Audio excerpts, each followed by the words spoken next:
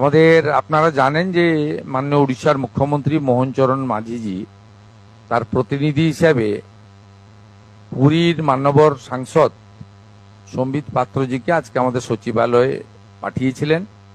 উনি চিঠিতে বলেছেন যে ওখানে জগন্নাথ দেবের পূজা পাঠ মন্দির সব চলুক, হাজার হাজার মন্দির হোক, সবাই চান, আমিও চাই, কিন্তু ওই ধাম শব্দটা আমাদের ভারতীয় সংস্কৃতি, সনাতন সংস্কৃতির সঙ্গে সামঞ্জস্যপূর্ণ নয়। এটা নিয়ে বিতর্ক অনেক আগেই ছিল। আমরা মাননীয় উড়িষ্যার মুখ্যমন্ত্রীর এই যে প্রস্তাব তাকে গ্রহণ করে ওই ক্যাম্পাস থেকে ধাম শব্দটাকে আমরা প্রত্যাহার করছি, সরিয়ে দিচ্ছি। পুরো কমপ্লেক্সটার নামই হবে শ্রী শ্রী জগন্নাথ সাংস্কৃতিক কেন্দ্র, যেহেতু ওটাতেই ক্যাবিনেট অ্যাপ্রুভ্যাল রয়েছে, হিটকো টেন্ডার রয়েছে, সরকারি অর্থ রয়েছে।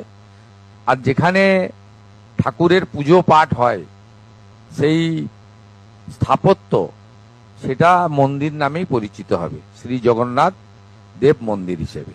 এবং সম্পূর্ণ পূজা পাঠ আমাদের সনাতন সংস্কৃতি, ভারতীয় সংস্কৃতি এবং প্রভু জগন্নাথ দেবের পূজা পাঠের যে পরম্পরা রয়েছে আমাদের শাস্ত্রে, সেই মেনেই আমরা করব।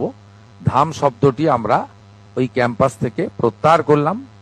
মাননীয় মুখ্য সচিব প্রয়োজনীয় নির্দেশিকা এই সংক্রান্ত জানাবেন, এবং যে পরিচালনের ট্রাস্ট কমিটি করা হয়েছে তাকেও আমরা আগামী দুদিনের মধ্যে সরকারিভাবে জানিয়ে দেব এবং আমাদের ওয়েবসাইটেও পশ্চিমবঙ্গ সরকারের দিয়ে দেব। এটাই ছিল আমাদের আজকে ছোট্ট কিন্তু খুব গুরুত্বপূর্ণ ইভেন্ট, আমাদের মিডিয়া ইভেন্ট কার্যক্রম।